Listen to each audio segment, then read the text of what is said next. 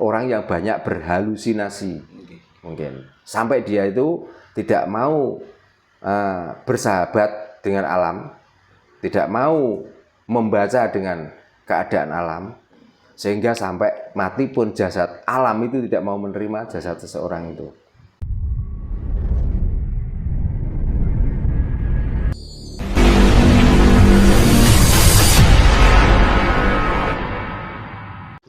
Masalahnya kan fakta di lapangan, Pak. Orang itu kalau dikubur ratusan tahun jasad masih utuh dan berbau wangi, itu orang sudah. Sekarang gini, ilmu sudah Orang wali kan seperti itu. Sekarang itu sudah zaman ilmiah, perlu pembuktian. Karena banyak orang yang mengatakan bahwa manusia dikubur itu baunya wangi. Tunjukkan salah satu di antara yang wangi itu. Kalau utuh sudah jelas ada. Nah, bau yang harum ini loh, tunjukkan.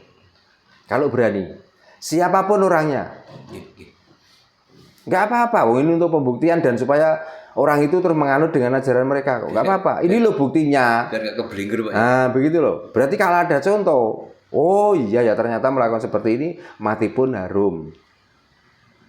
Gitu. Kalau dibilang harum, orang yang mau masuk ke liang lahat, waktu dikafani itu dikasih minyak kok harumnya. Enggak, mayit itu harum kok. Cerita-cerita dongeng itu banyak yang menceritakan tentang orang yang mati itu baunya harum. Tapi kan buktinya satu saja itu enggak ada. Rata-rata diminyaki wangi. Rata-rata diminyaki wangi. Jadi wajar kalau baunya harum. Orang itu kalau memang benar-benar harum, di saat mati geledak itu sudah harum. Tapi kan itu menyalahi kodrat. Mau mati saja tandanya itu harus tanda arus, amis dan lain sebagainya. Itu wajib bagi manusia. Itulah pertanda kalau manusia itu sudah kehilangan rohnya, sudah kehilangan rasanya. Nah kok mati sampai harum? Maka orang yang ngomong begitu, jangan berdasarkan cerita, jangan berdasarkan tulisan. Perlu dibuktikan. Sekarang itu kalau nggak pakai data, orang sudah mulai pandai, sudah mulai cerdas. Membicarakan apapun harus ada data. Nggak ada data, omong kosong. Ya, pembodohan. Gitu loh. Pak, ini tadi kan disinggung Pak Darno bahwa orang yang dikubur itu masih utuh. Itu kan orang yang tidak diterima oleh alam, Nah, itu ciri-ciri orangnya, maksudnya itu ketika hidupnya kayak apa yang tidak diterima oleh alam? Contohnya, orang yang pandai bercerita, tapi cerita itu sulit untuk dibuktikan. Orang yang selalu melakukan hal yang dianggap baik, tapi belum tentu itu adalah hal yang baik. Bisa karena dogma, bisa karena doktrin. Tapi orang itu juga masih bingung dengan laku yang dikerjakan. Itu. Ya, contohnya gini loh Mas. Jenengan tak ceritani kalau kopi itu nikmat. Kalau kopi itu seger apalagi diminum orang ngantuk. Tapi selamanya jenengan tak ceritani terus gak pernah tak suguhi kopi. Orang percaya. Berarti jenengan kan angen-angen bagaimana rasanya kopi yang dibicarakan Pak Darno. Minum saja tidak, ngiler mesti. Gitu loh. Maka tidak pernah merasakan rasanya kopi, akhirnya ngiler dan bayangan tuh. Jadi orang-orang yang seperti itu mungkin orang yang banyak berhalusinasi. Mungkin sampai dia itu tidak mau bersahabat dengan alam, tidak mau membaca dengan keadaan alam, sehingga sampai mati pun jasad alam itu tidak mau menerima jasad seseorang itu. Berarti termasuk salah satunya orang-orang yang pengaruh kitab garing tadi, Pak? Nggak tahu, pokoknya saya nggak bicarakan tentang ajaran itu. Pokoknya ini khusus ajaran orang Jawa. Kalaupun ada orang yang mengikuti kitab garing kok tiba-tiba dia utuh, berarti dia pun tidak diterima oleh alam ini. Karena pada umumnya namanya orang mati itu jasad itu harus dibusukkan. Dia akan dikembalikan ke unsur alam itu tadi. Ada 4 unsur yang tempat dia.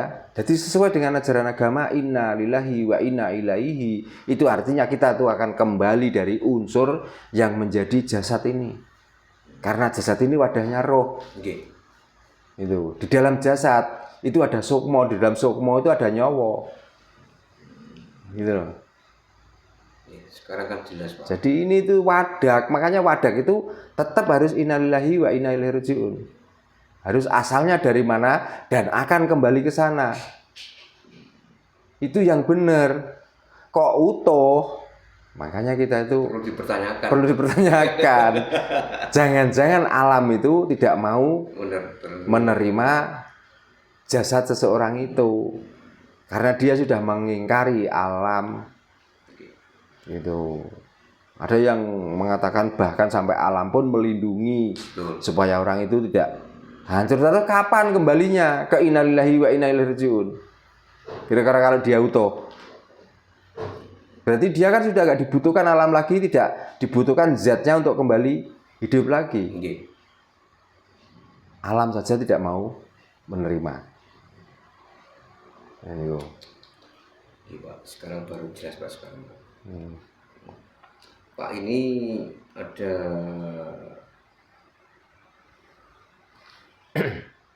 kemarin itu saya baca Pak. Iya. Dan ini ada di salah satu negara yang mayoritas ini Muslim ya. Itu di Tajikistan Pak Carno. Iya. Pertengahan tahun 2024 kemarin pemerintah sana itu memberikan suatu instruksi terhadap rakyatnya bahwa larangan satu itu larangan untuk berjilbab. Yang kedua Idul Fitri juga dilarang. Yang ketiga juga Ramadan. Nah itu menurut pemahaman Pak Jarno gimana? Apakah memang suatu aturan yang sangat benar atau memang ini melenceng? Begini ya, setiap negara itu mempunyai aturan. Betul. Termasuk di dalamnya agama pun itu aturan negara, bukan aturan Tuhan. Karena orang Jawa itu manunggaling kawula lawan Gusti itu bisa diartikan luas. Bisa kita itu menyatu dengan hidup dan yang menghidupi, bisa menyatukan antara bawahan dengan atasan. Nah, rata-rata yang mempunyai keputusan baik tertulis maupun secara lisan itu atasan. Dan mungkin Lah, agama sendiri itu pegangan namanya. Berarti kalau pegangan berarti dia pedoman. Maka pedoman itu bisa berubah suatu saat. Karena pakaian itu tidak mewakili agama. Pakaian itu bagaimana cara kita itu menjaga kulit kita. Cuman itu saja. Apakah orang yang beragama yang tidak pakai baju itu salah? Nah kok tiba-tiba menyalahkan? Masalahnya apa? Apalagi di iklim yang tropis seperti di Indonesia.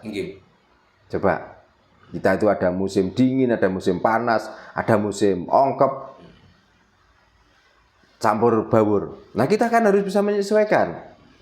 Di saat kita bertempat tinggal yang jauh dari air, di saat musim ongkep, supaya kita tuh nggak gerah, bagaimana caranya? Ya kita lepas baju kita.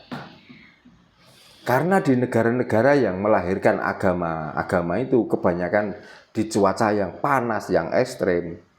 Maka kalau orang di sana mau beragama dan mau tidak beragama, pakaiannya harus menutup seluruh tubuh. Nah, apakah kita di alam yang tropis itu harus mengikuti itu? Coba. Kenapa orang-orang di Timur Tengah itu kepalanya itu dibalut dengan pakaian yang tebal? Karena terik matahari ini sangat panasnya luar biasa. Ini kalau dibiarkan, uteknya bisa melomot ya. Nah itu karena sudah terbiasa, dibawalah ke sini seolah-olah ini mewakili agama.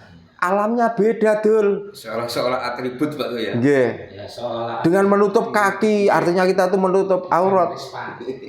Ban Vespa Pak. Memang aneh. Itu mau diterapkan di sini. Bagaimana nasib orang-orang yang membajak sawah? Bagaimana nasib orang yang menanam padi? Wanita harus semuanya pakai jubah. Makanya dengan ajaran agama yang dari luar itu mendidik orang-orang Nusantara ini males. Gitu loh. Akhirnya banyak wanita yang tidak mau masuk ke sawah sekarang. Ini karena didikan apa? Didikan agama. Gitu loh.